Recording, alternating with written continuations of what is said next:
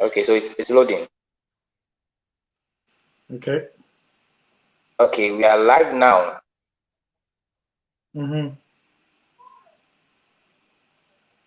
Okay, good afternoon, viewers and our audience. It's good to have you here.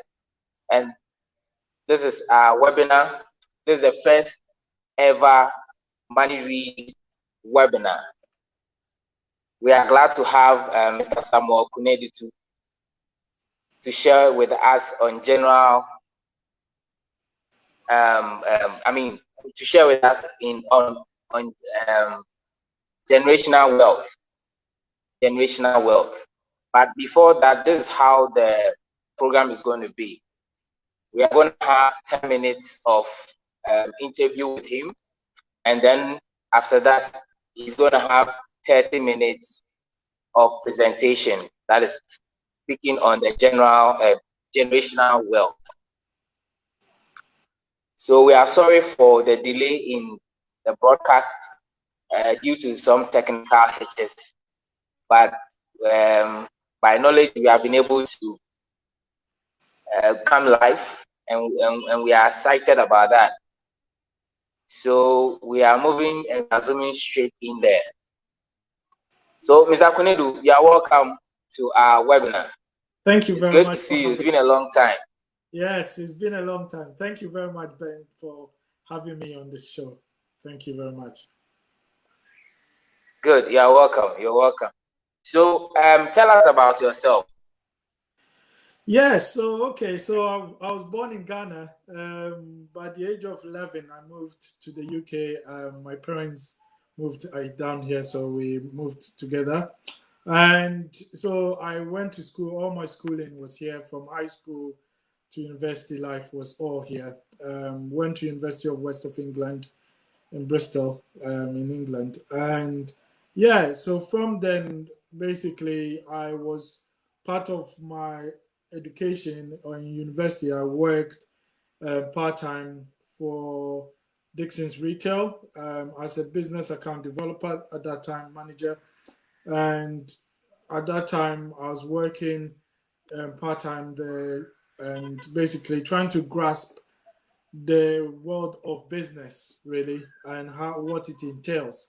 During my third year, I did an investment report for Barclays, and I had the pleasure to work with some of the big names there. And that was pre the LIBOR scandal of 2012. And then after university, I started working at Barclays Bank as a senior banking manager, the premier banking manager, and I worked there for about 5 years. And then currently, I moved to my current role, which is a wealth manager in St James Place, and I've been working there for about 3 years. Um, in terms of career achievements, I've, as a part-time um, business account development manager, I was, employee of the year twice, and that was something that had never happened in the company before. Wow, that's great.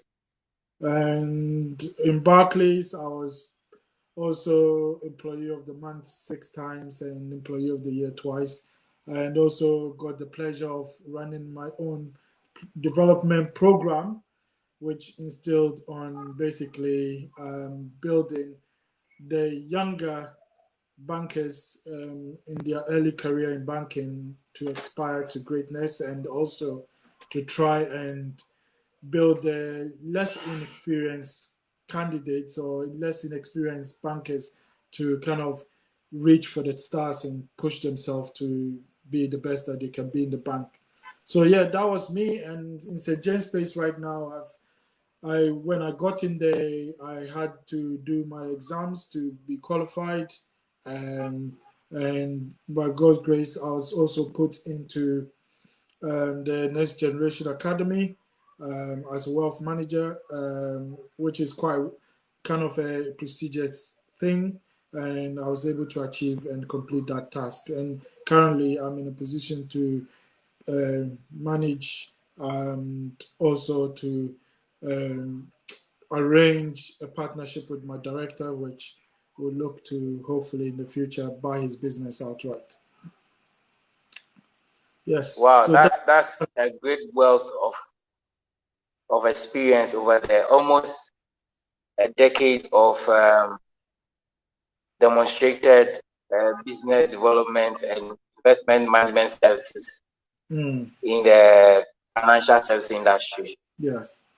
So my next question to you is how, since you've had about 8 years of experience in the investment industry and banking industry in the UK, what is the terrain like when it comes to investment in the UK? Well, it's quite different. I would say one thing I've experienced is that a lot of people the, the training that people or a lot of people find it very difficult to understand the investment world. A lot of the times when you speak to them, it's more of a almost an educational subject rather than them having a knowledge.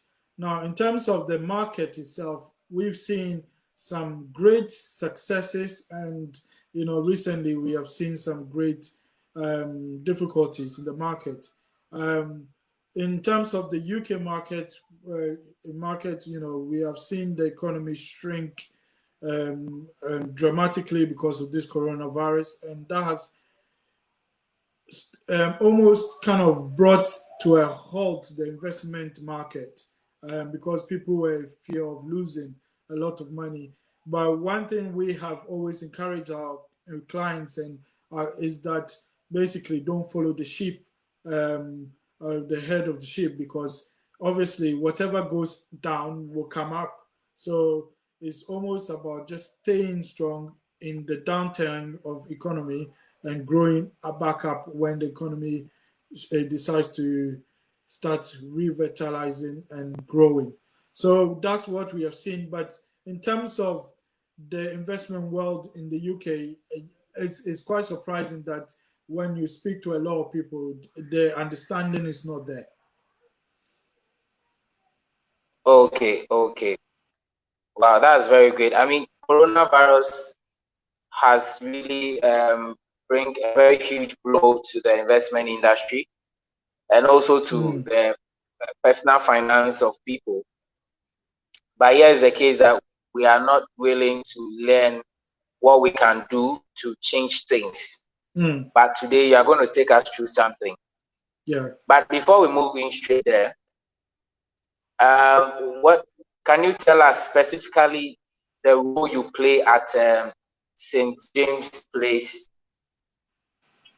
So basically, I started off as a wealth management technical manager. So what that role was entailing was basically I was in charge of managing a team of technical sound financial writers. And what we'll do is basically get pieces of information and analyze data. Sorry, and then from then on, we will be able to provide the advisor or the wealth manager at that time with the clear information for them to go out and service their clients. Right now, I have jumped off to the position of actually then advising the clients and writing the reports and being able to go out and see clients and able to give them a plan. So I do currently is I sit down with the client, open up a very broad subject of what do you want to achieve, what's your objectives for life, and then basically we kind of structure a financial plan in place which will then make sure that you achieve your goals. So from starting from the fact of your current situation right now and what you hope to achieve in the short term and medium term and long term goals. So when you come to retirement age, you are in a position where you are not struggling financially, but you're able to enjoy and thrive in life. Yeah. Great. So I think that's a very huge role there Mm. because dealing with human beings when it comes to money is one of the difficult things you can ever imagine. Mm. So, lastly, for me, I think that financial literacy or financial education is actually a bedrock to building a good financial system and a good economy. What do you think about this perspective? Maybe you have something to say. Absolutely, Ben. It is the bedrock of everything. And as I said earlier, um, a lot what we find a lot is that most of our job becomes actually quite educational, because when you're talking about certain things to clients, they are not aware that they could actually do certain things and change the perspective of, or change their future of what the financial outlook looks like. And sometimes it's just a little bit of, I get some clients who are very, very thorough with their finances. They know exactly what they're doing. But then you get the majority, I would say, who have not got idea. They want to achieve something, but they don't know how to do it. And it's more about starting from the scratch of building financial knowledge, building them with giving them the minimal tools. Things like talking about what an ISA does for them, what does it mean to have cash in your investment, those kind of things, what risks are associated with different asset classes, and all those kind of things is something that you teach them from that word go. And sometimes as well with your children, you find that it's very good to start with their children and having a meeting with their children, because what happens is that as their parents are growing up, they are also taking out the mentoring, and also building up their wealth knowledge as well. So I believe for example, I do a lot of financial education in my part of my role as well in schools down here, and I believe it's one of the key things to a successful life, really. Good one, good one. I'm excited that you are also doing a good job over there in the UK. You're educating a lot of young people and all that, so that they can take their finances as serious as they take their education. Yes. So now we have audience and they are watching. Mm-hmm. Now you want to talk to us about generational wealth. So now over to you. We are all ears. Yeah, so intergenerational wealth management planning really is basically how a family uses their collective wealth to support each other during their lifetime. That is something that we have seen that if you look at the wealth, the ultra wealth or the wealthy people, that is how they begin with their life. And sometimes there are people don't understand how that links together. So what I'm going to do is discuss why family wealth is increasingly important. I'm going to share an insight into how wealth can be used to benefit multi generations. I'm also going to talk about, in order to understand those two concepts, I'm also going to look at the generations and the distinctives between them. And then I'm going to look at the potential effect of the longevity and the social economical factors driving intergenerational differences. And then I'm going to try and discuss the foundations of intergenerational wealth planning, which is basically giving you practical steps into how you can start off, how people can start off by managing their finances, and how they can look at a long-term process rather than a short-term. And then also look at discussing the reasons why families lose wealth. And then basically I'll sum it up from there. So just to start off with, we have in terms of Warren Buffett said something. He said that it's never too late, and what he meant by too early. Sorry, and what he meant by that is that installing a financial acumen into your children is the one of the key thing to start off to build up a successful life. And there has been some research which has taken place which says that by the age of 2, 80% of our brain grows at that time by the age of 2. So we learn most of our things and we pick up so many things from learning that around that time. And from the age of by the age of 7, there's research that Cambridge research said that um, our brain, we've already processed a behavior, financial behavior that is instilled in us, and we go from there. And then if we look at that compared to the mass market and how people look at the financial sector, they look at it from that point of view. We had, in terms of that survey that I pulled up, which talked about the fact that there is about 30% of the world family and parents discuss financial things with their kids. That is quite sad, because we almost kind of leave that to too late.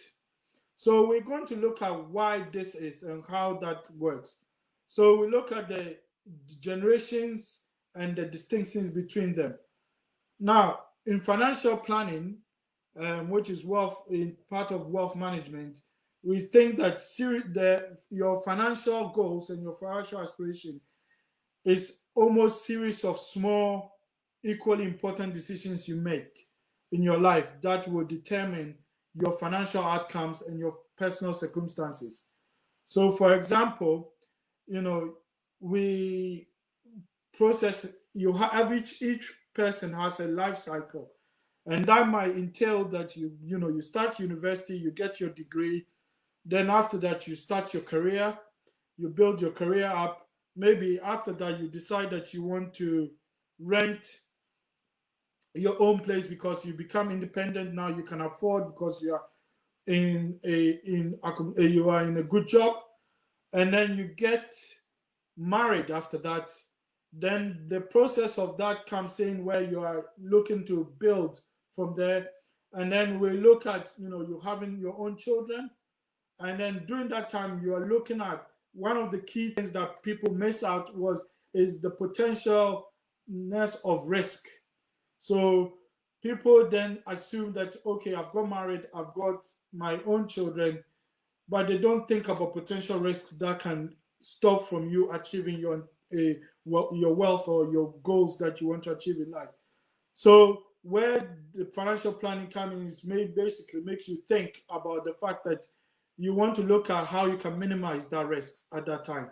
So, for example, if you're not able to work, that is basically stops you from developing your wealth.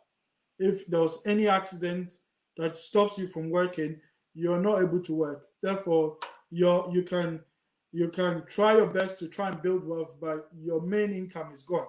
So that's something that you have to look at. If you want to then go on to buy a property or build your own property, that income that comes with income. So you have to think about all the risks that is involved in that aspect, and then also starting to grow your wealth. When you start to grow your wealth at that time, we normally say people generally what we see in our industry is from 30 to about 50. That's when people start to grow their wealth. We call it the accumulation period. You accumulate as much wealth as possible. And then you get to a point where you are coming to your retirement age, where you decide that you want to decolonize, which basically at that time you've hit the level that you want to go to. And then basically you look at how you can then enjoy your retirement. That time we see a lot of times people would say that they will start to give money to their younger generation to build them up as well from that point, because they've kind of achieved the financial independence from their family. So if we look at that from the point is that one guy said to us that this key question is not about how old a person is, but at what age they were younger or at what time they were younger. This helps a lot because what I'm about to tell you next is basically that there's 5 distinctive generations that we have realized in our industry that it is. One of them is the silent generation, traditional. These are the people who are early 70s and elderly above. The next thing we have is the baby booming generation, which a lot of people have heard of that, which are the 50s and the 60s. And then we have the Generation X, which is the middle 30s to 40s. We have the millennials, which are the early 20s and the mid 30s. And then we have the newbies, we call them, which are the Generation Z, which all of them are quite key distinctions. So if we look at individual generation, we pick up this a silent generation, for example, their behavior, because they went through World War II, their behavior is generally is about basically clinging together and fighting the most common goal. So they went through a lot of hardship. So as people, or as a bunch of people, they tend to strive for financial security. They also then seek to basically look at things in their life that are not necessary. So they have this kind of waste not, want not attitude. If they don't have it, it means they don't need it. That attitude. Um, they are very much conformative. They speak to their friends, and whatever their friends are doing is basically what they follow. And they are very, very conservative in their approach of things. So when it comes to traditional family values, they value things. So when you see people like that, they tend to think about their grandchildren, what their grandchildren are doing, how successful they are, and they are very happy to share their grandchildren's stories. If you go to their houses, you see pictures of their grandchildren all around, and then you see that they are very patriotic in their mind.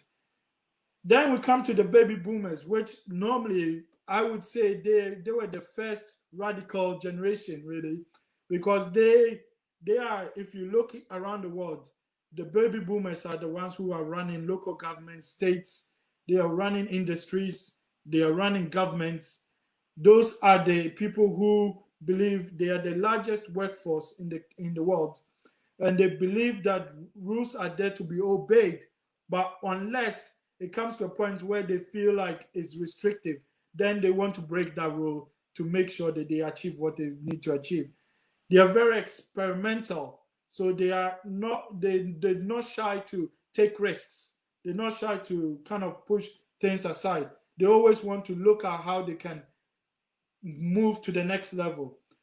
They are very much social cause oriented. So they look at what is out there, they look at what is inside, what they can do to help the generations go there. And then they also are they are very optimistic people.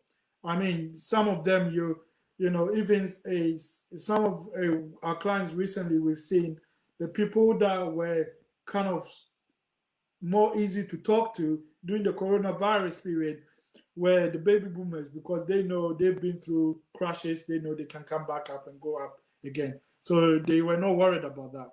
Then you get to the Generation X, they've got a kind of a similar role in terms of the baby boomers. However, the only thing they tend to do is they are very independent, and they like multitasking, and they are very much family orientated. So they've kind of brought back the family aspect of business, and also looking at how they can um, look at. They're very entrepreneurial, so they're looking at how they can do things differently to what has been done previously. Then you look at the generation which is the millennials. We are very much, and I count myself in there. We are very much optimistic. You know, we are very patriotic. Um, we are very busy people. We don't settle for anything. We like to push the boundaries, and a lot of us tend to be very entrepreneur. You Although the baby boomers tend to see the millennials as quite lazy, in the way that we do things differently to them, because they believe in hard work, we believe in smart work. So that's something that you find very differently when it comes to the millennials. And then the Generation Z are normally the people who obviously they've grown up with technology, and everything is very quick for them. They want access. They are always seeking for approval, and they are always, because of the generation of social media, they are always seeking for the next thing, the next thing, the next thing, the next thing. So they're very much on the move and quick. So if you look at all these generations into context, you look at how that would, and I'll talk about how that mindset affects intergenerational wealth and how this generation wealth can be built. So then in the past, there was a thing that was that normally wealth was left for the older men of the family in the past.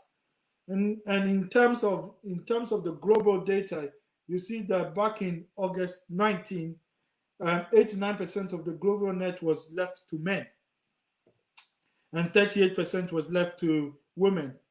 And this was something that we, in the beginning of 2000, in the late of 2019, we saw that something is changing, because now it's not about just men able to do things. They were people challenging the status quo, and they were trying to make sure that we are able to, they were able to achieve, women were able to get the same level of attention to men in the family.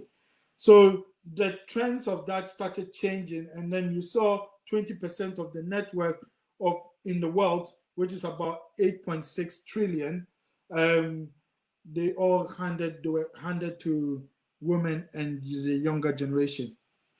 So things started changing. But the problem is that we are living too long.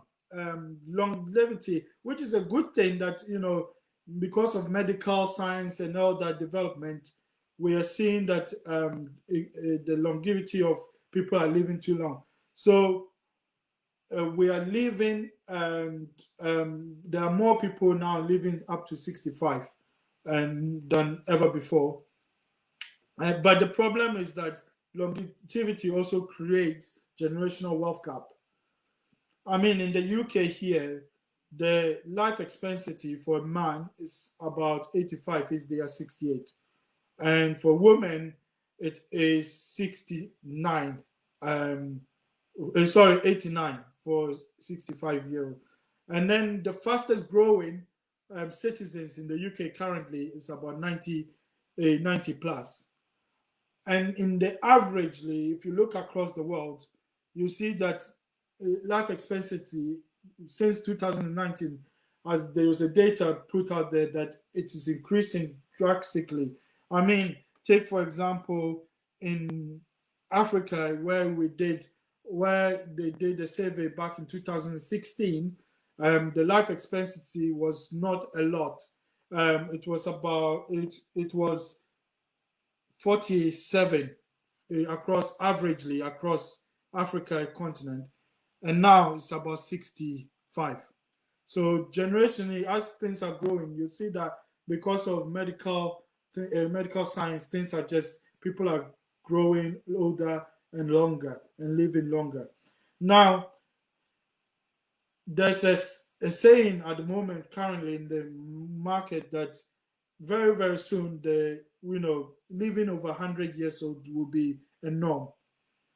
But there's also, with that comes implications. One of them is that, as I said before, the wealth gap. It's believed that obviously people in their 20s and early 30s are to be the first generation in the meaningful of history, to have less affluent, to be less affluent than their parents' generation. When the parents were growing up in the beginning, they would, once you come out of university, normally companies were queuing to get you into their companies. If you come out with a degree, you come in. But now in the millennium age, or the new generation, it's not like that anymore, because the market is squeezed. Companies are trying to find ways of dealing with things. So it's affecting the jobs out there and the big successful jobs. One of the trends associated with the booming of the older generation is that they were able to build wealth, by using assets, which is kind of very, very hard for the younger generation as we went ahead. I actually, in fact, there was a guy who wrote a book, a minister, a politician who wrote a book saying that the generational shift is basically causing the is being is being the worst thing that the baby boomers could have ever done for the younger generation. They have stolen the future of the younger generation, and because the millennials are 4 times more likely to rent than to be able to buy their own properties before the age of 30. During the baby booming age, that was very common. By before the age of 30, they would have been able to get their houses. Now, in terms of that, what does that look like? The baby boomers were able to benefit from assets appreciation. So they were able to get on the property ladder very quickly. So their assets were growing up. The property market was developing, so they were growing up. And they were their assets, their wealth was building up. Sorry, and most of the time, you see that the age that they are retiring, they were in retirement, their pensions were very good. So they didn't have to worry about putting pensions in their pots, because when they retired, they were able to have a good, a comfortable life because the companies were able to sustain the pension, give them great pensions because people were not living that long. Now it's changed because obviously people are living longer, the companies cannot sustain giving good pensions to people. The millennials, we are facing serious of difficulties in terms of our building wealth. The impact resulting to this is that the house prices are increasing, and in terms of what the world, you can see that a lot of millennials are trying so many different things. They are building wealth in terms of trying to get the rents, trying to start by renting, and try to start by trying to save as much as possible in their coffers to build on the generation. However, the millennials are struggling because the market is, I mean, job security is just not there. You know, Before, in terms of the baby boomers, you will see people in their companies for about 3 5 you can 10 years, 30 years in their jobs. It was common. Now, 5 years, 6 years tops, you want to move on because the job security is just not there. You want to get new ideas. The promotion, you get to a certain level, you just want something fresh, something new to do. And in order to get pay rises and try to do it, what we've seen is that the Generation X and the millennials tend to shift jobs to go and get the pay rises or move to different countries sometimes to get pay rises or to get to where they Okay, want to that's get true. to. Then we have, sorry, Yeah, move on, Jane. Nana, move on. sorry. So the key social concepts that is driving this intergenerational wealth, as I've already said, is the aging population. You know, the aging population is getting too much, and in terms of that, is limiting the amount that is being transferred down to generations. There's low interest rates in the market, so even the little that the millennials and the other generations are able to put aside, they're not getting enough interest to build it up to be Yeah. able to achieve their success. And in terms of getting on the property ladder or building substantial assets, the prices are rising, so they tend to try and wait longer and longer and longer to build up something to be able to start off and build. Now we look at, in terms of that, also the changing employment field. Now because technology is here, the younger generation are looking at different ways of trying to build extra capital rather than concentrating on their main main roles that they are in the company. What we've seen in terms of our industry is that when you speak to a lot of the wealthy clients, their children are, doing so many. They're trying to almost build their own dynasties, if you like. to be able to survive what they can have. And then in terms of that, we see that the younger generation or the younger workers are choosing to prioritize the immediate financial goals than to the looking at the long-term goals, because we want to make sure that we are comfortable first before we think about the future generation. With all that said, families, we are realizing, are uniting together. So when we look at things that are kind of stopping or affecting families from building wealth in the family, we're looking about the fact that they are reasoning. So when we look at the reasonings behind the key things that is affecting that, is that families do not have the strategies. We've seen that a lot of times families are going through life without strategies. So one person will generate wealth, but then instead of rather trying to build in the family, they are very, very individual. In that saying, that affects it so much that we tend to have many families not having the ability to share their wealth around. So the families who are less affluent than the other, let's say if you had an uncle who had wealth, had built wealth, and you as a family member are struggling, the uncle is not thinking about how he can build his family so that the family can all be in the space where they can be able to build wealth as a corporate, as a family together. So where we can is that one family member is developing and building wealth as much as they can, but the other side of their family is kind of less developing. And in the responsive or the consequences of that is that with other families tend to start to depend on the other family's wealth to bring them to where they want to be in family. The other thing we say is that there's every culture has their own saying that they say in the UK. There's a saying that shirt sleeves to shirt sleeves in 3 generations. This is basically what it means is that the older generation started with nothing, worked hard and accumulated wealth, but by the time they get to their grandchildren, um, the family is back to where they started because Wow. somehow during that time there was no proper development, there was no proper strategy in the family, there was no proper investment planning. So what they see is that although they've accumulated wealth, one generation has enjoyed that wealth, and then the rest of the generations suffer because the other generation had already used up all the money.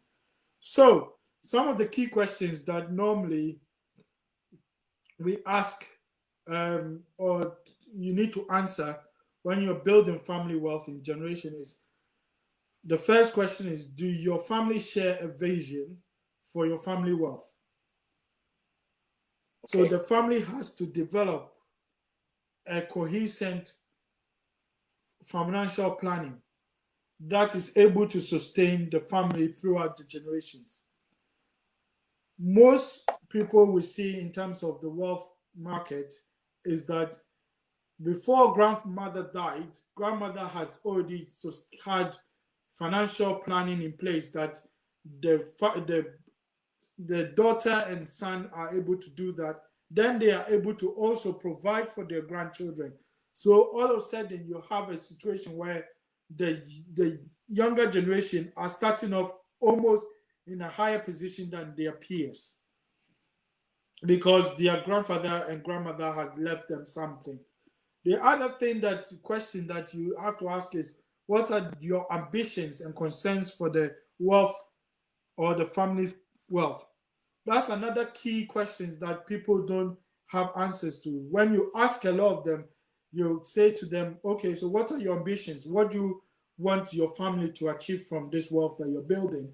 A lot of people haven't got an answer to it.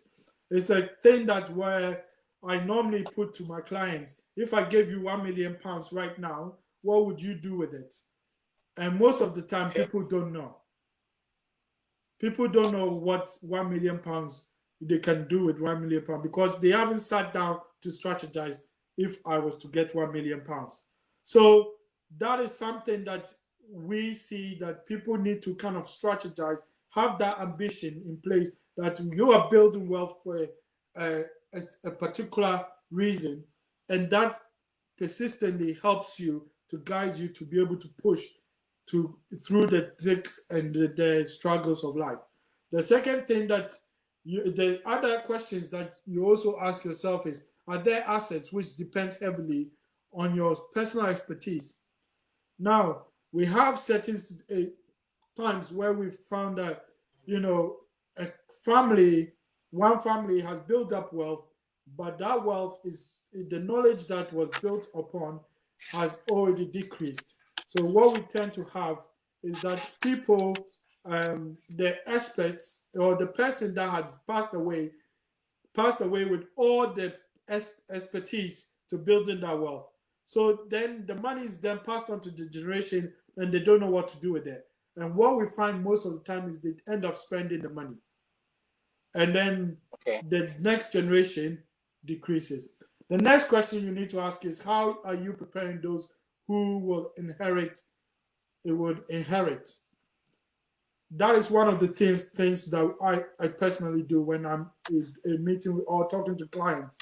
One of the key things I do is get them in the room, whether young, small, whether they're young, where adult, old. They say, get them in the room, let them see what we're doing, let them see how to build up wealth, what building up wealth looks like, and going from there. And then having that discussion and how does that practically look like, making sure that you install somebody who's able to take that pressure of handling the family wealth, the generation, the custodian of it all. And then also we look at also what are the risks to the family and the family long term. When I talk about risk, I mean in terms of your life risks, in terms of your family risks. Something that a lot of people don't realize is that when there's divorce, especially in the UK, the courts will assume straight away 50% and 50% to the other. Now, if you Okay. have built out wealth, that is automatically half gone. And that is a problem. And there is ways that you can do to mitigate that happening. So all of those risks that if you are able to plan and strategize, you're able to limit. If somebody dies, inheritance wise, in the UK, you pay tax for that, and that's about 40%. Sometimes I've seen people pay about £200,000 into tax. Why? Because they have not had a proper plan, strategy to build their up wealth. And there's ways to mitigate that. So when we come to that, there are foundations to that. The first thing is to build vision. The vision is to start with, you should have a clear vision for your wealth and share it with the family. This will give them more time to spend thinking about what that looks like, and then it also helps them to ease them and articulate. It helps them to ease them into the role, and they're able to articulate the plan further on in the generations. The second thing is have a purpose for your wealth. So you have to have the purpose. So why am I building wealth? Well, consider the purpose of your wealth. What's the primary purpose? Is it for security? Is it for comfortable? Is it for nurturing the environment for your family? Or is it the fact that you want to make sure that your grandchildren or your younger children, the younger generation, get private schools, go to best schools in the world? They're able to afford to give them a stepping stone to where they want to go. The third thing is concerns.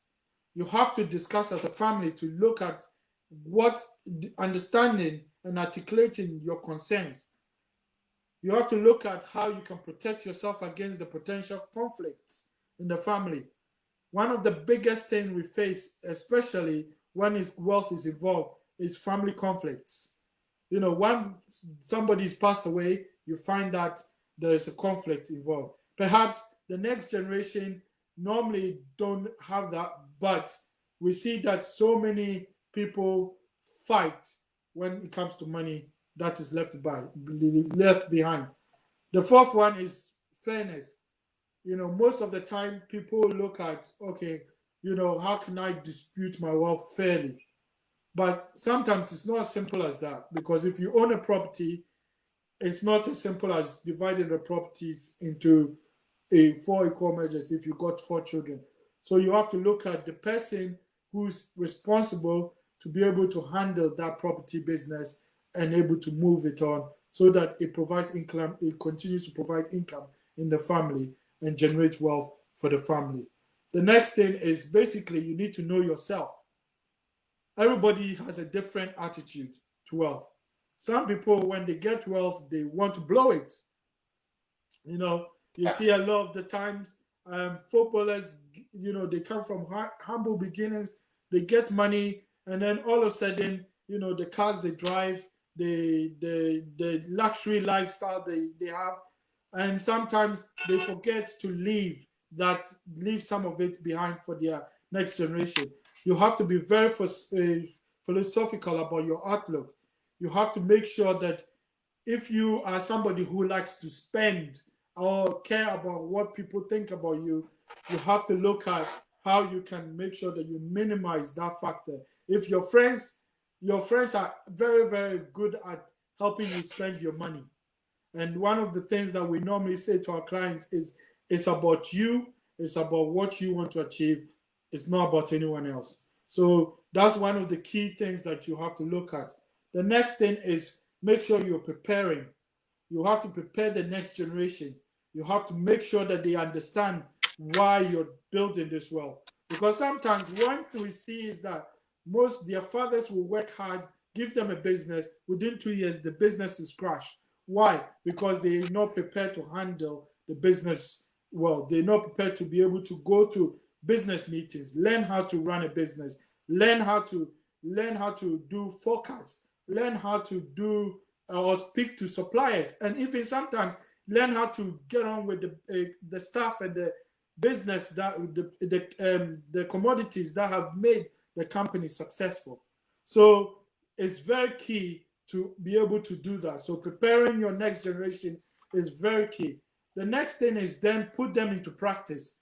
So gradually empower them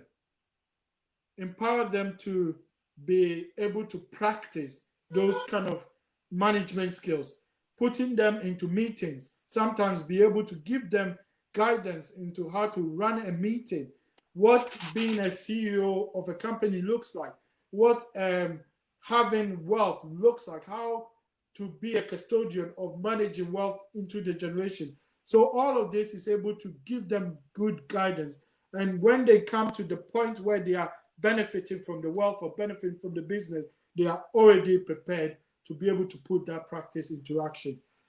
The next thing is that you are able to preserve your wealth. Now, this is one of the biggest things that we face a lot, because a lot of the times, a lot of people don't are not aware that there are so many things that kind of help that stops people from having that kind of stability in their wealth. One of the things is that marriages break down. As I said, divorce.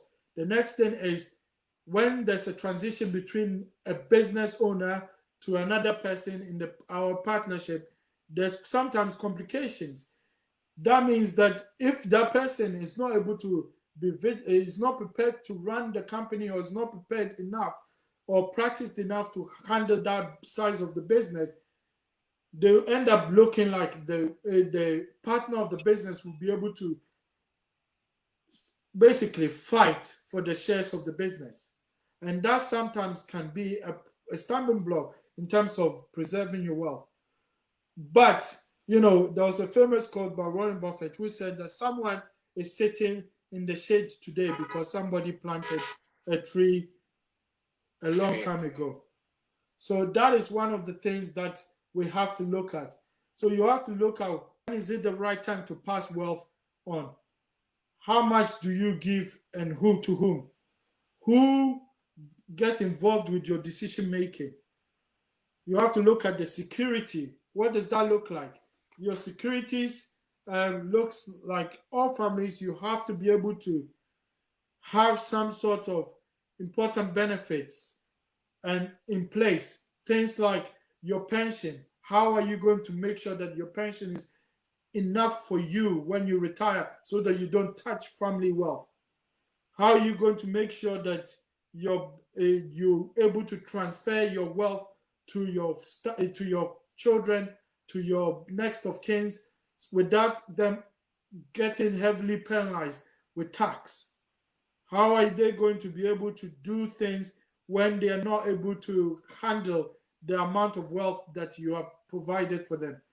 You have to look at lasting legacy. So you have to look at families and consider themselves and look at how they are able to create and establish generational wealth in the sense of leaving legacies for five, sorry, 3, 5, 10 generations down.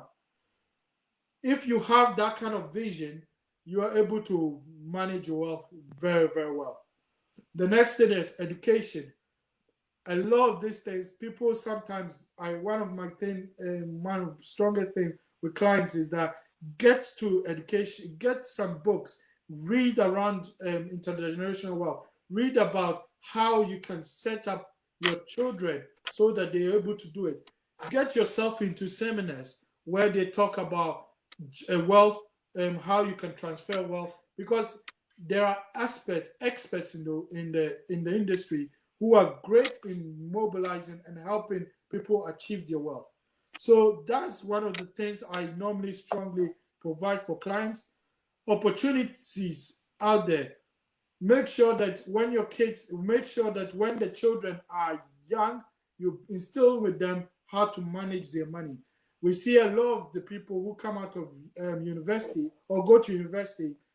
There was a statistic that showed that people who go to university, normally in the first year of university, they tend to blow all of their money that has been given to them. Why? Because of their peers pressure and their awareness of trying to feel loved and feel like they are some sort of, they are in a privileged position. So they tend to then blow out their money.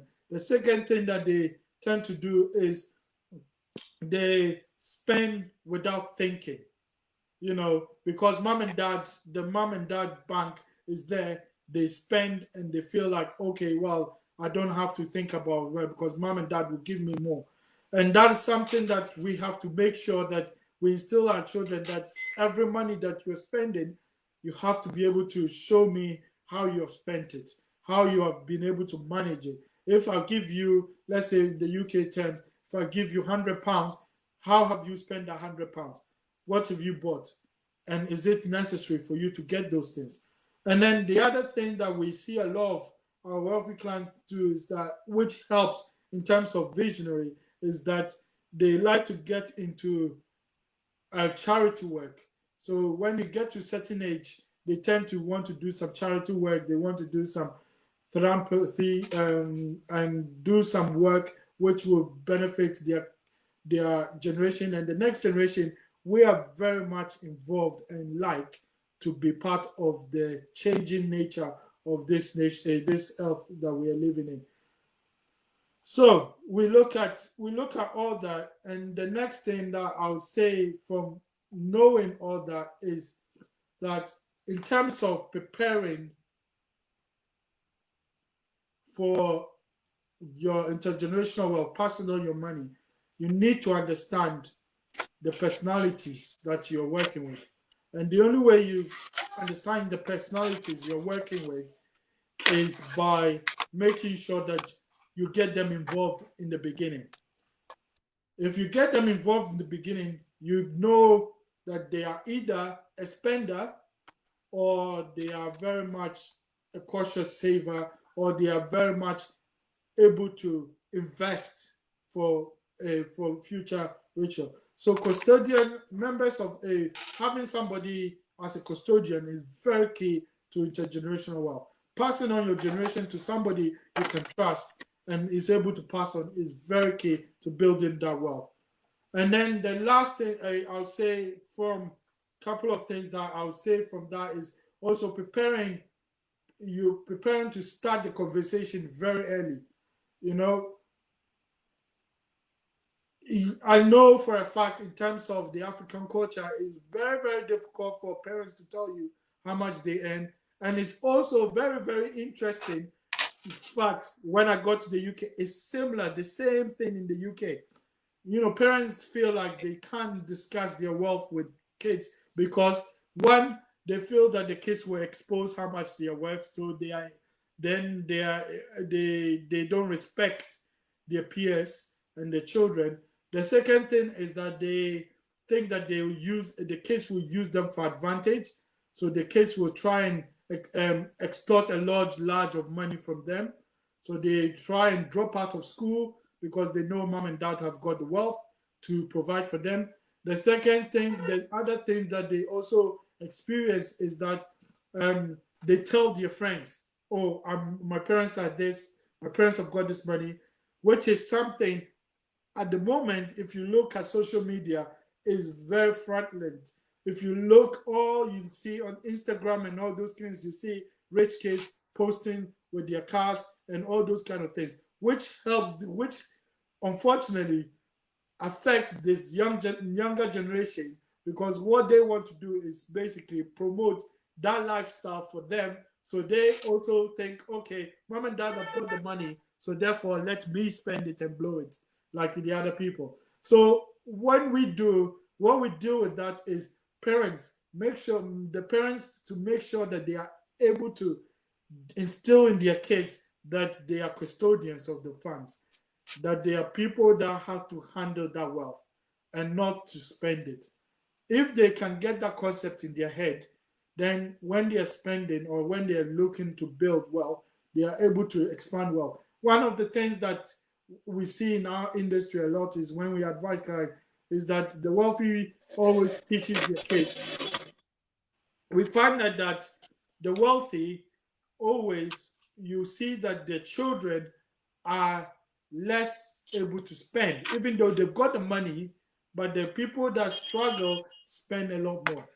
Why? Because sometimes the understanding tend to be that if you don't have, then you have it, then spend it, which is sometimes the wrong attitude to have. So sometimes in building the intergenerational wealth is about having a long-term vision to be able to achieve that. The next thing is to basically empower and prepare them. Some families prefer to do sink and swim, so they leave them there to handle their business. Some of the families also look at it, but they have this look at it, don't touch attitude. Basically, they show their kids the wealth, but they don't touch it, which is a wrong attitude, because when they get to inherit the money, they spend it. The other thing that we have is that they are so controlled. I think that building to general wealth is about having a controlled attitude to life, and also making sure that you're able to build on your success, and your kids are able to build for themselves success. And then that combination comes together, you build and raise up the success, the wealth of the family. You have to think about it. The question you have to ask yourself is, do your children live the high life? One of the key things that we see is your kid, a Lamborghini person, or, a Ford Focus guy? You have to think about that kind of thing. If they are a Lamborghini person, then you have to think about how you can train them so they are able to appreciate money, rather than to just use it to exotic life and build their exotic lifestyle. So the thing that will pay dividends to you when it comes to building the younger generation is, first of all, financial education. Make sure that you build your financial understanding. of what what it means to hold money, how the market works, how investing works.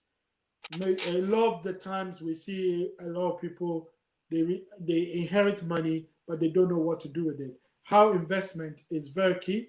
The next thing is also get get them to professional webinars, such things like, you know, listening to a person talk about how to invest in ISIS, how to increase your wealth, how to build those kind of things is very key.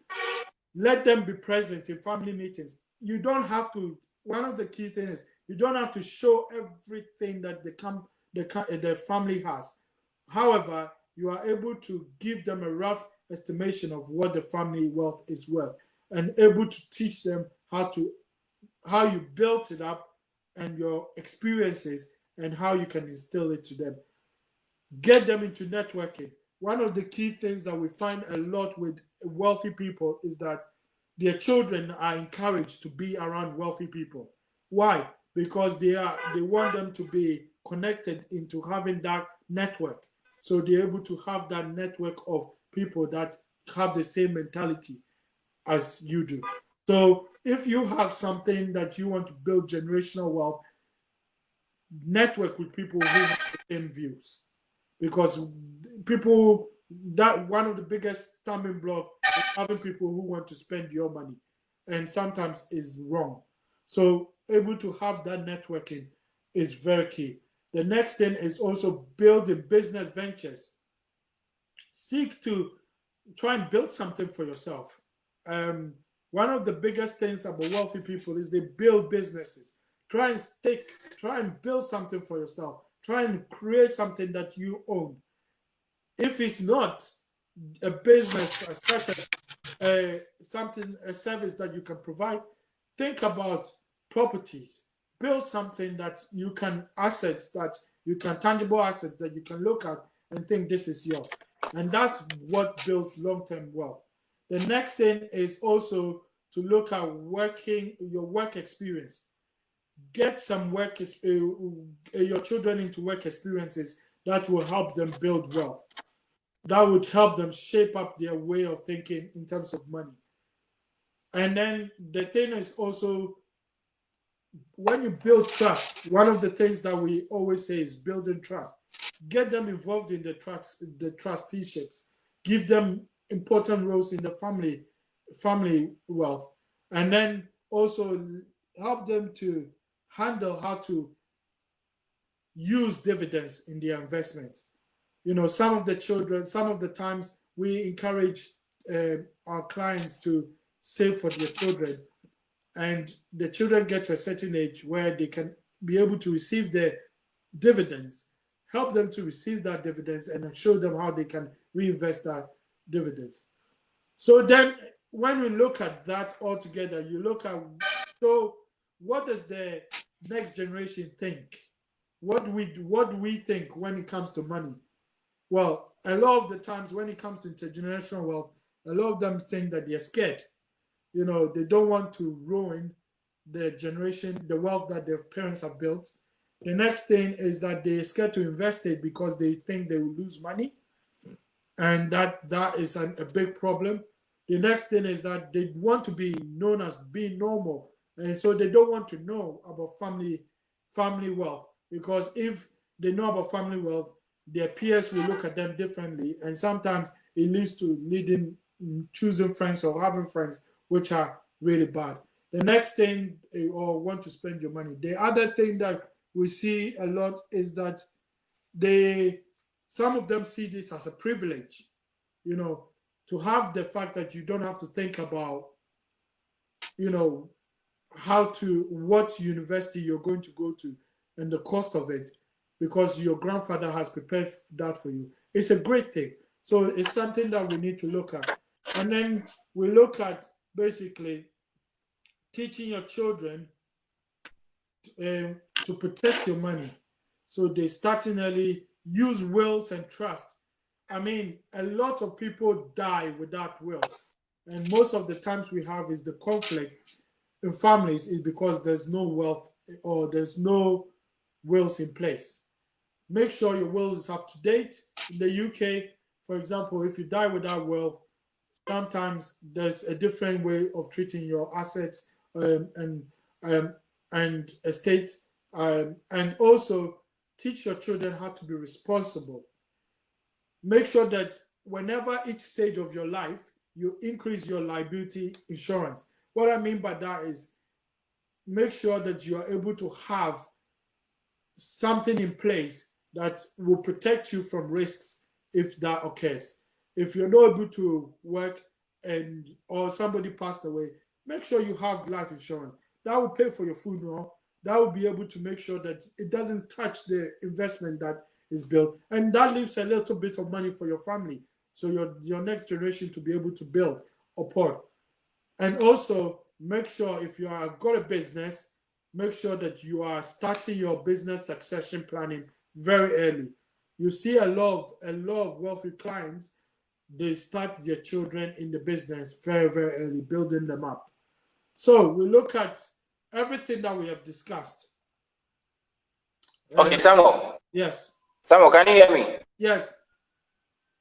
Yeah, I'm sure you are getting to the end of your presentation, Yeah. but we have some audience online and they are watching us. Okay. And I would like to say that there's going to be questions and answer section after Samuel finishes.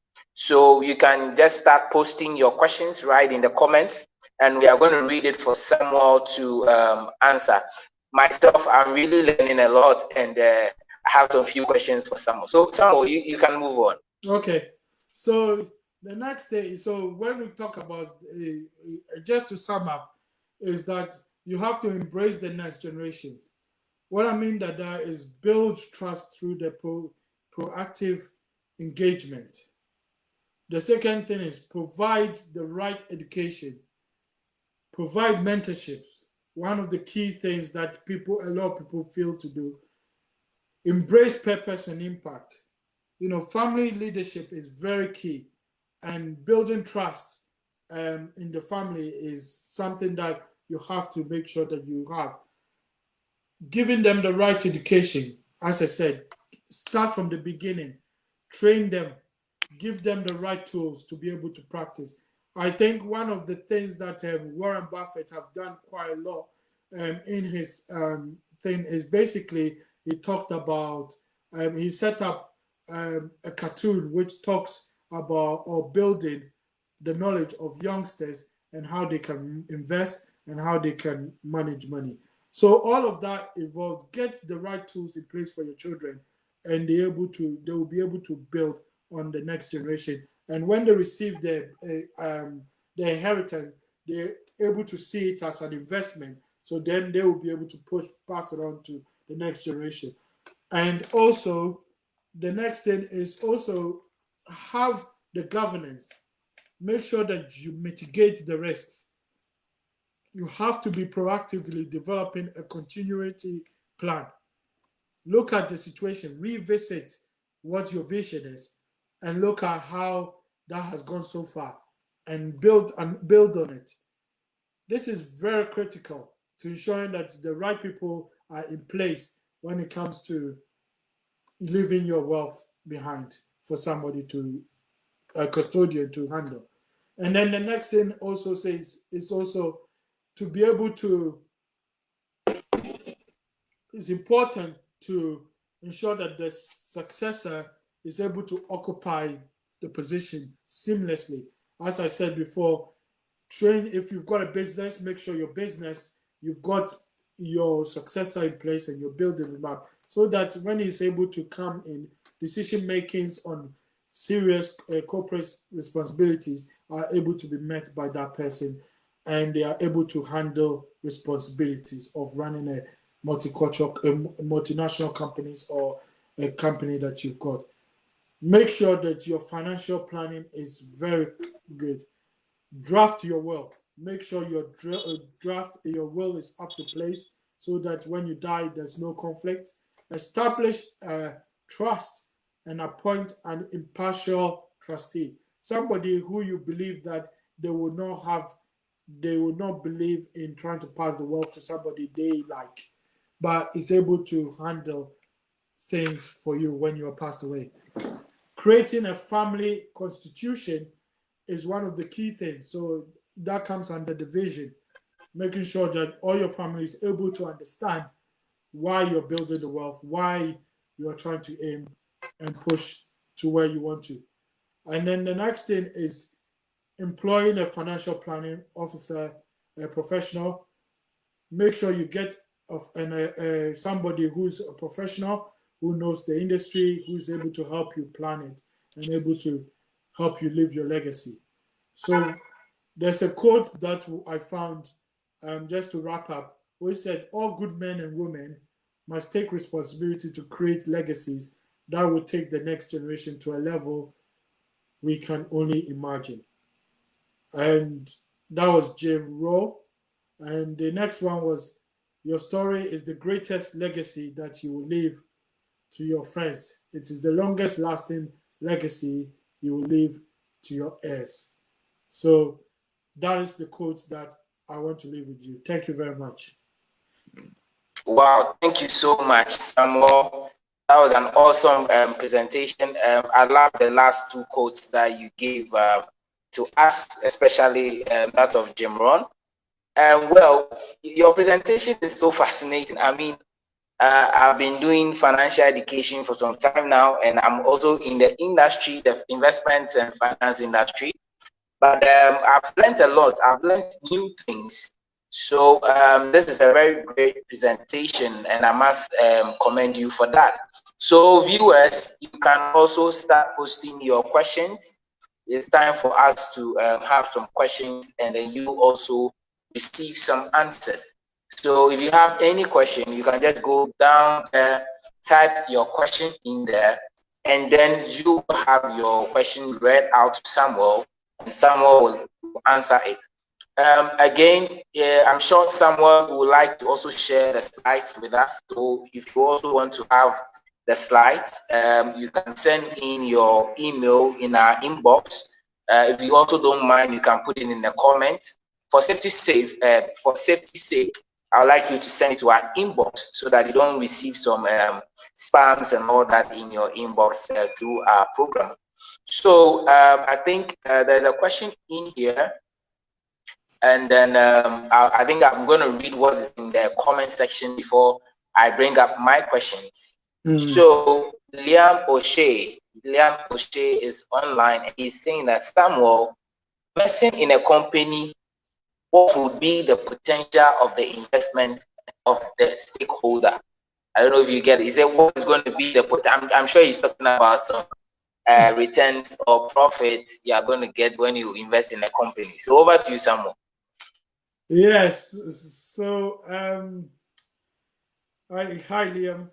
So basically, so yeah. So well, is investing in a stockholder company is what I think he's trying to say is basically, when you are investing, you have to look at the fact that whether you are investing in the right companies. And sometimes, because I don't, my advice is more based on trying to advise you on the right asset classes and other things. I'm not actually involved in picking the right companies to invest in. So what I would say to the answer is that make sure that when you're investing, you have absolutely read through the company's investing strategies. So, for example, in St. James Place, you are able to, we have an a management company or committee which is able to invest for you. And so what we do is an advice that we give to clients. And once the advice is given to the client, then they are able to then invest. We're able to help them invest through this investment committee. So you have to understand that there are so many investment classes and investment companies out there, and to be able to get the right ones, you have to be able to get a financial support, financial specialist or financial professional who's able to look into it, delve deep into what the company has achieved in terms of and look at the PE ratio and look at how they're performing, and then look at all that kind of things to be then assured of performing.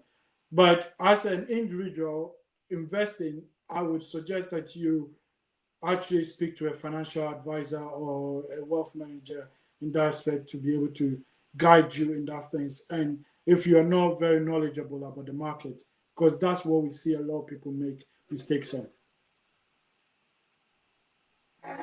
Okay, that's great. That's great. You gave a great answer to Liam's question. I don't know whether Liam or gets it. To that, thank you very much, Liam, for your question. And Liam is also saying that a very helpful answer. Samuel says thank you. So to add to that, as Samuel said, you need to get involved with an investment expert or an investment analyst, or let me say a professional, because you as a lay person or anybody as a lay investor going in for a stock investment, or let me say any kind of investment, you need to see an expert. The expert is supposed to explain to you the dynamics, because some of the things that we do out there is very technical. Just like how someone was saying, you have to check the price to earnings ratio, the PE ratio. You know, what is the PE ratio? If you don't know, you have to see somebody who is an expert. The person will have to go through some technical analysis and fundamental analysis, where you can take the financial report, you look at it, you do some financial ratios and all that. You even have to compare with the industry, the company you want to invest in, the industry they are with other companies and all that. So the best thing you have to do for yourself is get an investment expert. So my question to you, Samuel, okay, after all that you have said, now somebody is out there and is thinking, so how do I get started to build wealth for my generation? How do I get started?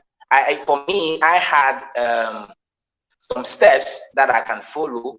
Maybe you put in a foundation. You said that was some tips on the foundation, where you started with building vision and all that. But after looking at all these steps, where do somebody start? So you start by what I mean by is with everything when it comes to building up wealth, you have to start with the vision. So the vision, what I mean by vision is where do you see your life in 10, 20 years time? Now, when you get that from this, I believe personally, it doesn't matter how some people in life have been dealt with a good card, so they are able to start with some sort of a footstool up front. But when you come from a place where you are building your own wealth, where it starts with is basically looking at where you are now.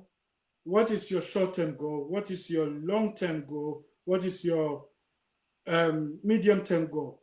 And when you look at that aspect of things, where do you see yourself in 10 years, 15 years time? How do you want to achieve that that aspect? So then you start from, okay, you've got a job right now. In order to get to the next level of your vision of what you want to look like. Let's say, for example, you want to be you want to have own so many properties. Okay, so how do you then start with? The first thing you start is you first get on your property ladder. That's your first point of contact. You build a property for yourself, or you have a property for yourself. Then the next thing is, okay, from then on, how do I then get to the next property? That one is many ways to get to that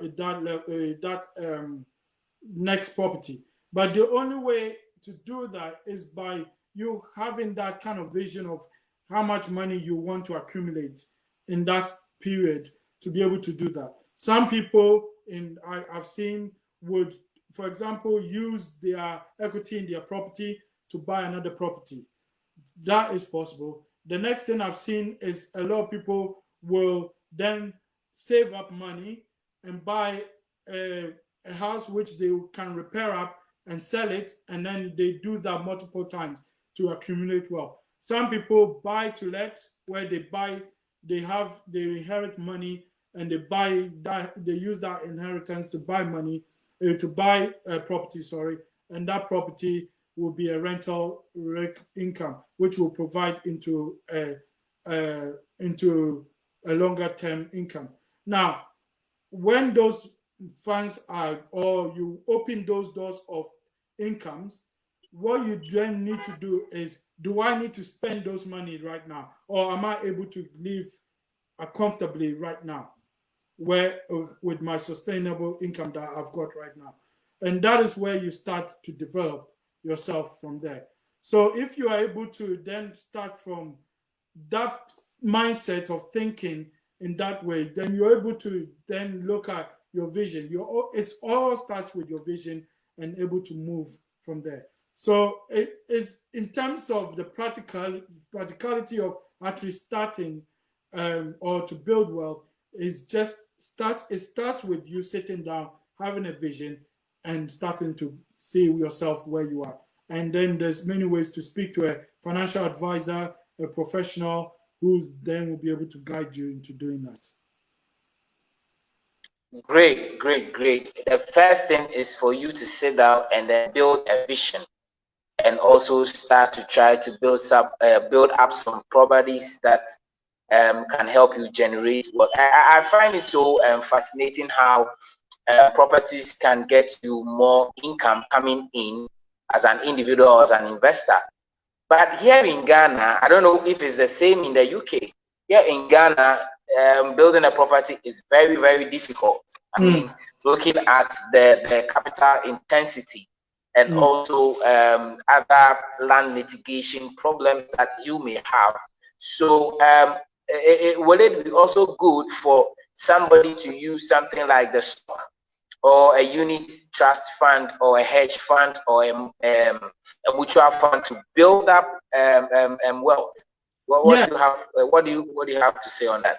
Yes. So we normally, as I said, I would also say that you're building up wealth means also investing, because you have to make sure that you are diversifying your portfolio. One of the biggest things that people tend to do is that they stick to properties. Now, properties are very good, and in the UK, it's appreciating, but in the rest of the world, sometimes it's a different aspect.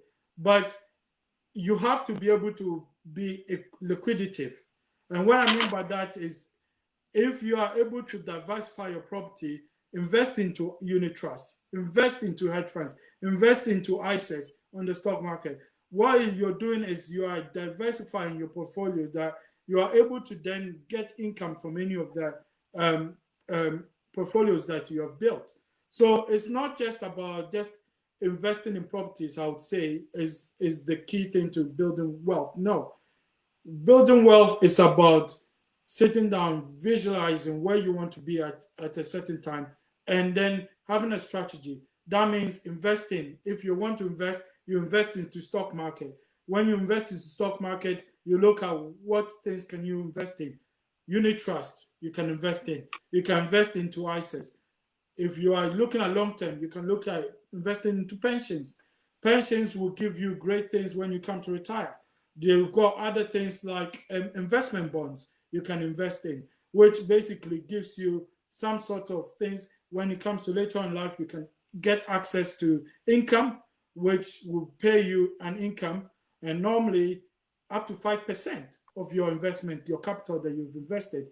And so all of these things are things that you kind of build up. You start to think about when you sit down and visualize where you want to be. Because once you know your plan and action, then you know how to structureize your investment and how you can process it. So investing in the stocks or the market is also that's something that I would 100% encourage, because it's diversifying your portfolio. property is not just the only thing that you can invest in. No. Wow, that's very great. So, Samuel, I have my last two questions, and I'll also say that audience, as you are watching, you are listening to Samuel Konandu, who is a wealth manager at St. James Place in the UK. He has about 8 years experience in the financial service industry, and so he has that kind of expertise to answer your questions. So put in right there your questions, and then we will look at it, read it to him, and he will answer. So Samuel, when you were talking, you were speaking about educating your let me say your children who is going to take over your wealth, and you were trying to say that you have to expose them to professional webinars, Yeah. just like what we are doing. This is a professional webinar that you are Yeah. teaching us on wealth, and you also need to expose them to books. Now, I love reading, and I believe my audience also love reading. Do you have any books that you can recommend for us so that maybe we can go out there and get them and read? Yeah, one of the books that I like reading is Rich Dad and Poor Dad, and that is one of the key books.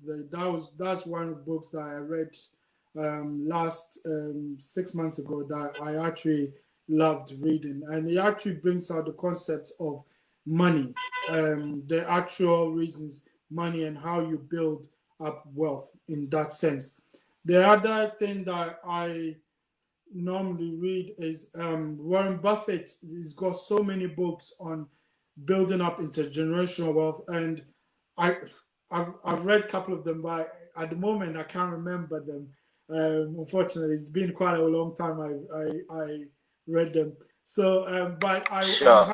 I'm happy to send them over if anybody needed the names. But basically, he talks about the fact that um, you have to see money as almost a commodity rather than you using it to benefit you. So when you are once you get, what he meant by that is that when you get money into your hand, you have to look at it as if from a custodial point of view, like almost like you are in charge and entrusted in with this money, rather than looking at it from a point of view that you are spending it, the money rules your life, which a lot of people tend to get that, as soon as I get money, I'm going to spend this, I'm going to do this. And sometimes it's about the money, the less money you have and able to do a lot more with it,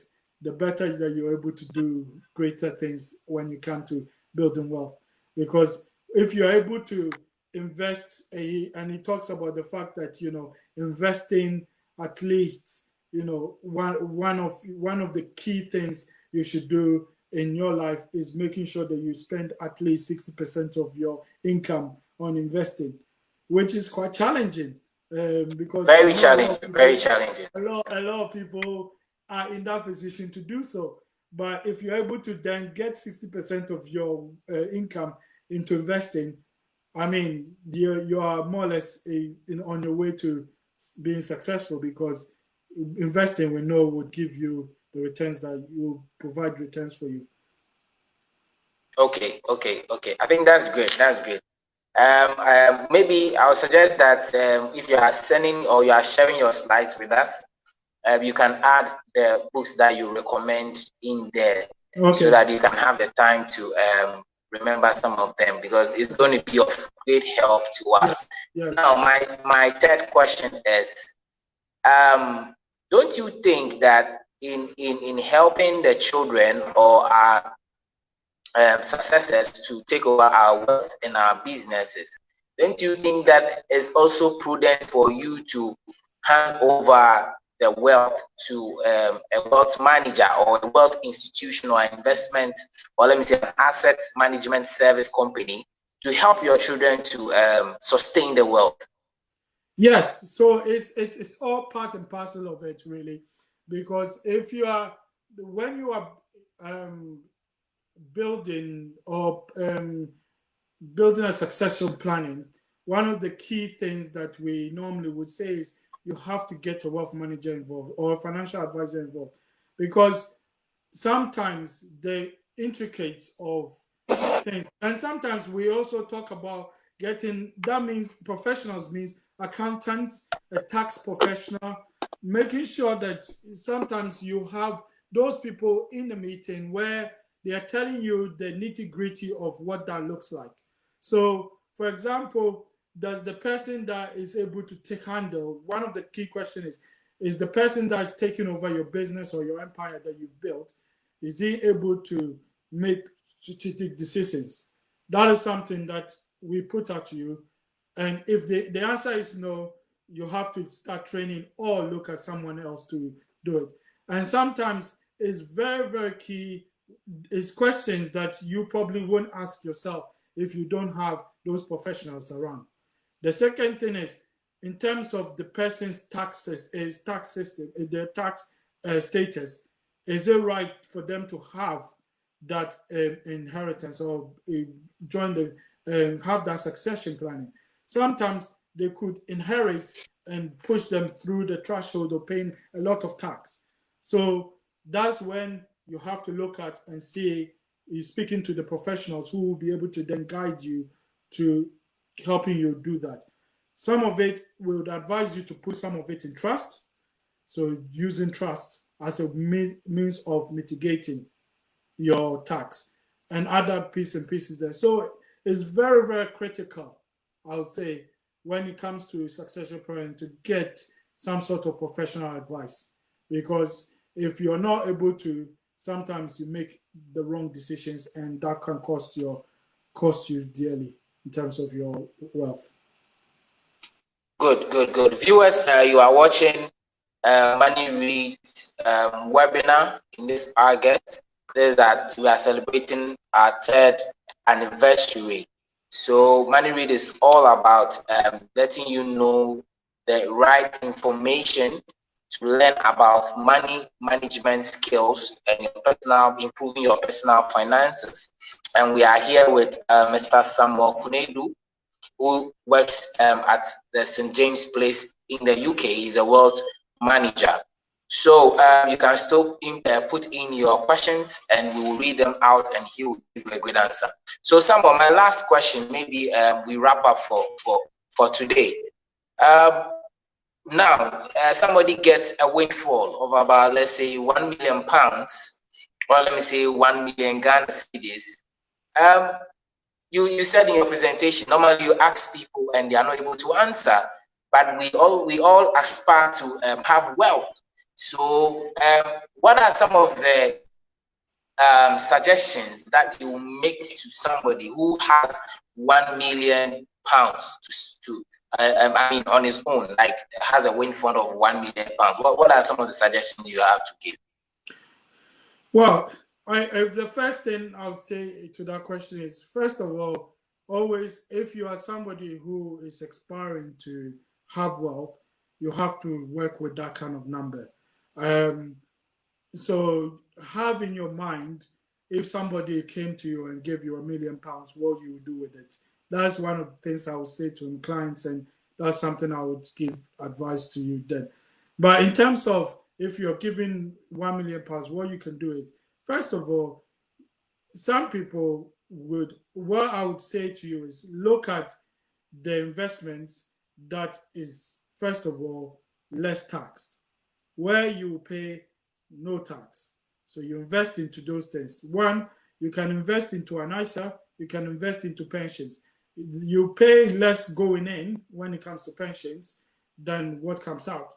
The other thing is also ISAs is tax free.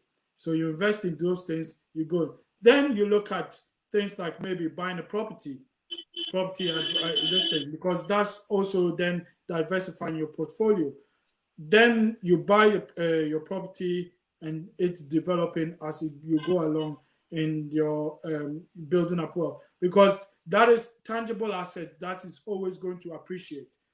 But in terms of your having that £1 million, make sure that you have a strategy of investing into assets classes which will bring you less tax but gives you some sort of um, um, Good potential growth, returns. returns, good returns.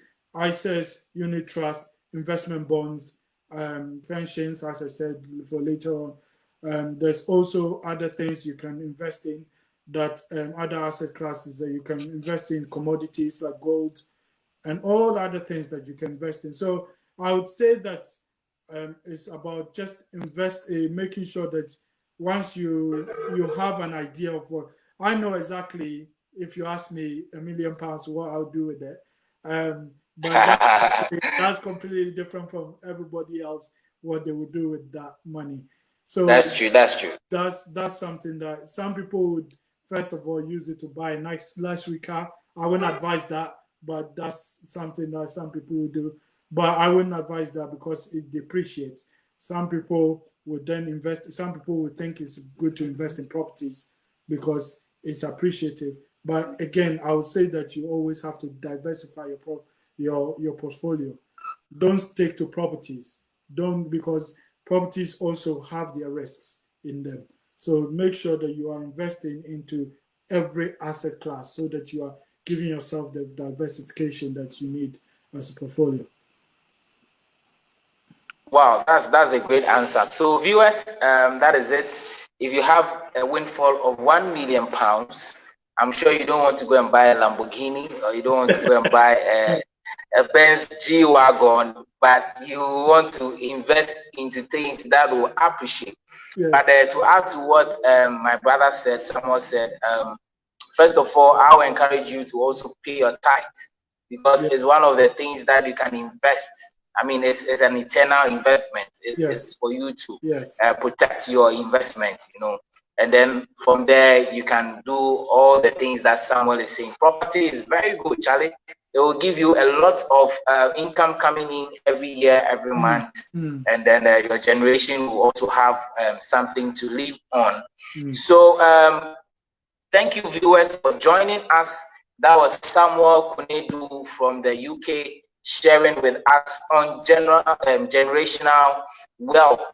So if you want to have the slides, you can send me a message in our messenger, and then we'll respond to you. We'll send you the slides, including the recommended books that he's going to share with us. And we want to encourage you that next week we are going to have another speaker on board, and then that speaker will be from Ghana, and then the following week we are going to have another one from the UK, and then the last week we are going to have another from Ghana. So you want to stay with us in this month of August as we learn more about personal finance, and generally we learn more about financial literacy. So I would like you to break the news to your friends, share with them what you have learned, and then you can even share the link to them. You go on Facebook, you search for Money Read Business and Finance Summit, and then you like the page. Anytime we go online, you are going to see us and you are going to join in our programs. So Samuel, thank you so much. We are very grateful. We appreciate your wealth of knowledge. It's very, very, very helpful. And we are going to say that we cannot leave this knowledge unutilized. We need to utilize this knowledge. And then one day you are going to see us coming for holidays in the UK, and we'll hang around, have some lunch and dinners and all that. So thank you so much for honoring this invitation. Thank you. So at this point, we are going to Sure. So maybe you have some last words. Do you have some last words to share with us? Especially give some greetings to your family in Ghana. Yes. I don't know if you want to. Yeah, I like to thank. I say hello to Uncle George and George Amono and the family, and just Ben and your family, your mother and everybody is in Ghana. My Aunt Mata, my grandmother, in Ghana as well. Just want to say hello. And it's been great have been on this, and hopefully it won't be just the last thing, but we'll be doing more of these things because there's so much to know in this industry that we work in. So that would be great. That's good. That's good. There's so much to do in the industry. There's so much to learn about. I chanced on a report that I always use in my presentation and programs, that the World Bank has a report, a research report that came out and saying that in 2030, Africa will be one of the poorest continents in the world. And I'm so fascinated about this, and I'm so worried. So that is why we have to keep on educating people, and then getting to let people know more about their personal finance and how best they can move around it, and then invest and make their lives very, very, very better.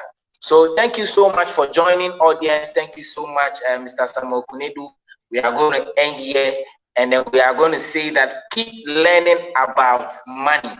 You can visit www.moneyread.wordpress.com and read a whole lot of articles that concerns you, and your money life will never be the same. Thank you for joining, and bye-bye.